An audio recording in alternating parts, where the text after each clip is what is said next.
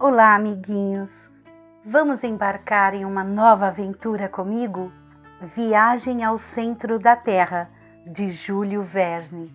No dia 24 de maio de 1863, um domingo, meu tio, o professor Lindebrock, voltou apressadamente à sua pequena casa, situada no número 19 da Königstrasse, uma das mais antigas ruas do centro velho de Hamburgo. A governanta Marta deve ter pensado que estava bem atrasada, pois o jantar mal começara a apitar no forno da cozinha. Bom, disse para mim mesmo, se o meu tio, que é o mais impaciente dos homens, estiver com fome, ela vai dar gritos de desespero. Mas já, senhor Lindebrock, exclamou Marta, estupefata, entreabrindo a porta da sala de jantar. Sim, Marta, mas o jantar tem o direito de não estar pronto, pois ainda são 2 horas. Acabou de soar 1h30 na igreja de São Miguel. Então, por que o senhor Lindebrock está em casa? É o que ele provavelmente vai nos dizer. Ah, senhor Axel, aqui está o senhor. Escapei dessa. Faça-o recuperar a razão. E a governanta Marta voltou ao seu laboratório culinário. Fiquei sozinho, mas fazer o mais irracível dos professores, recuperar a razão, é o que a minha personalidade, um tanto vacilante, não me permitiria. Assim, eu já me preparava para voltar prudentemente ao meu pequeno quarto no andar de cima, quando a porta da rua rangeu e grandes pés fizeram a escada de madeira estalar. O dono da casa, atravessando a sala de jantar, dirigiu-se imediatamente ao seu escritório. Porém, durante essa rápida passagem, ele havia jogado em um canto a sua bengala, com castão de quebra-nozes. Sobre a mesa, seu largo chapéu de pelos espetados. E sobre seu sobrinho estava sonoras palavras. Siga-me, Axel. Eu mal tivera tempo de me mexer e o professor já gritava com um tom pronunciando de impaciência. Ora essa, você ainda não está aqui? Lancei-me em direção ao escritório de meu temível mestre. Otto Lindebrock não era um homem mau, admito, de bom grado. Porém, a menos que houvesse transformações improváveis, morreria como um homem terrivelmente excêntrico. Ele era professor de mineralogia e durante as aulas frequentemente ficava 1 ou 2 vezes colérico. Não que ele se preocupasse em ter alunos assíduos em suas aulas ou com o grau de atenção que eles lhe dirigiam, nem com o sucesso que poderiam obter futuramente. Esses detalhes não o inquietavam muito. Ele professava subjetivamente, segundo uma expressão da filosofia alemã, para ele e não para os outros. Era um sábio egoísta, um poço de ciência cuja roldana enguiçava quando se desejava puxar alguma coisa. Em uma palavra, um avarento. Existem alguns professores desse tipo na Alemanha. Meu tio, infelizmente, não gozava de uma grande facilidade de pronunciação, senão na intimidade, ao menos quando falava em público, o que é um defeito lamentável para um orador. De fato, em suas exposições, o professor com frequência parava de repente e lutava contra uma palavra recalcitrante, que não queria sair de sua boca. Uma dessas palavras que resistem se inflamam e acabam escapando sob a forma pouco científica de um palavrão. E daí vinha uma grande cólera. Ora, na mineralogia existem várias denominações semigregas e semilatinas, difíceis de se pronunciar. Rudes designações que feririam os lábios de um poeta. Não quero falar mal dessa ciência, longe de mim, mas quando estamos na presença de cristalizações romboédricas, resinas retinoasfálticas, guiletinas, fangasitas, molibidatos de chumbo, tungstatanos de manganês, titanatos de zircônio, é permitido à língua mais habilidosa tropeçar. Assim, essa perdoável enfermidade de meu tio era bem conhecida na cidade, e as pessoas se aproveitavam dela e a aguardavam nos trechos perigosos.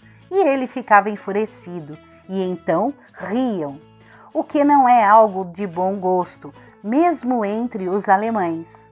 E embora sempre houvesse uma grande afluência de ouvintes nos cursos, quantos deles não os acompanhavam assiduamente, sobretudo para rir das grandes cóleras do professor? De qualquer forma, eu não saberia expressar o quanto meu tio era um verdadeiro sábio, ainda que ele às vezes quebrasse suas amostras ao testá-las de um modo brusco demais. Ele aliava ao gênio do geólogo o olhar do mineralogista, com seu martelo, sua broca de aço, sua agulha imantada, seu maçarico e seu frasco de ácido nítrico. Era um homem muito habilidoso. Diante das fendas do aspecto da dureza, da fusibilidade, do som, do odor e do gosto de um mineral qualquer. Classificava-os sem hesitar entre as 600 espécies que a ciência contabiliza hoje em dia. Além disso, o nome de Lindenbrock ressoava como honra nos colégios e nas associações nacionais. Da química, essa ciência lhe devia algumas belas descobertas. Em 1853, havia surgido em Leipzig um tratado de cristalografia transcendente de autoria do professor Otto Lidenbrock, grande em folho, com pranchas que, todavia, não lhe proporcionou nenhum lucro.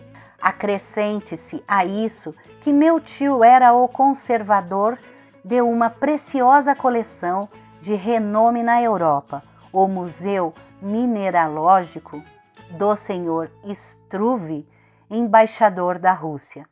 Eis o personagem que me interpelava com tanta impaciência. Imagine um homem alto, magro, com uma saúde de ferro e uma loirice juvenil, que lhe subtraía 10 bons anos dos seus 50. Seus grandes olhos se mexiam incessantemente por trás de consideráveis óculos. Seu nariz longo e fino parecia uma lâmina afiada. Os maldosos até mesmo diziam que ele a atraía limalha de ferro. Pura calúnia.